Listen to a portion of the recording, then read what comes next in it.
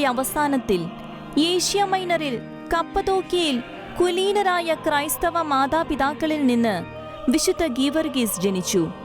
പിതാവിന്റെ മരണശേഷം അമ്മയുടെ ജന്മദേശമായ പലസ്തീനായിൽ താമസമാക്കിയ ദൃഢഗാത്രനായിരുന്ന ഗീവർഗീസിനെ സൈന്യത്തിൽ ചേർക്കുകയുണ്ടായി.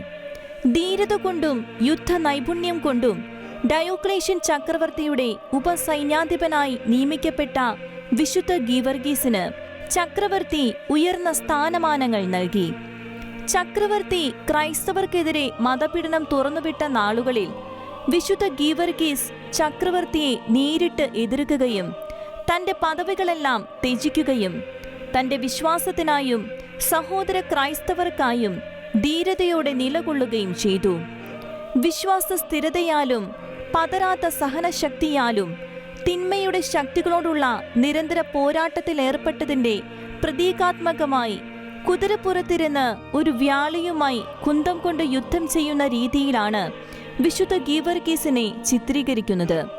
വിശ്വാസ നിലപാടുകളെ പ്രതി ക്രൂരമായ മർദ്ദനങ്ങളും ജയിൽവാസവും നേരിട്ട അദ്ദേഹം ഒടുവിൽ ശിരച്ഛേദം ചെയ്യപ്പെട്ട് തന്റെ നിത്യകിരീടം സ്വീകരിക്കാൻ യാത്രയായി.